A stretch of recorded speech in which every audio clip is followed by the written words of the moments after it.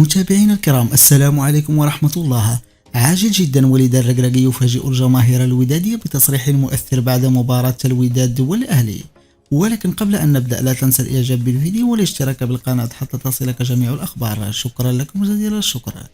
تحدث وليد الركراكي مدرب منتخب المغرب عن المباراة التي جمعت بين الوداد البيضاوي والأهلي المصري، حيث كان يتابعها عن كتب، وذلك لوجود العديد من الأسماء التي قد تلتحق بالمعسكر المنتخب المغربي. حيث قال: مباراة الوداد اليوم كانت مثالية، شيء عادي خارج الديار وضغط الجمهور. لقد ذكرتني بنصف نهائي كأس العالم، هي لها من أجواء.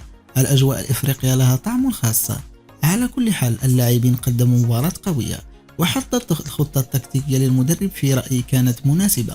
لقد قدموا ما عليهم، وأظن أنهم نجحوا حيث سجلوا هدف خارج الديار، وهذا سيساعدهم في الإياب. ستكون مباراة للجماهير الودادية العاشقة للفريق. ما رأيكم بما قاله وليد الركراكي مدرب المنتخب الوطني؟ أجيبونا في التعليقات.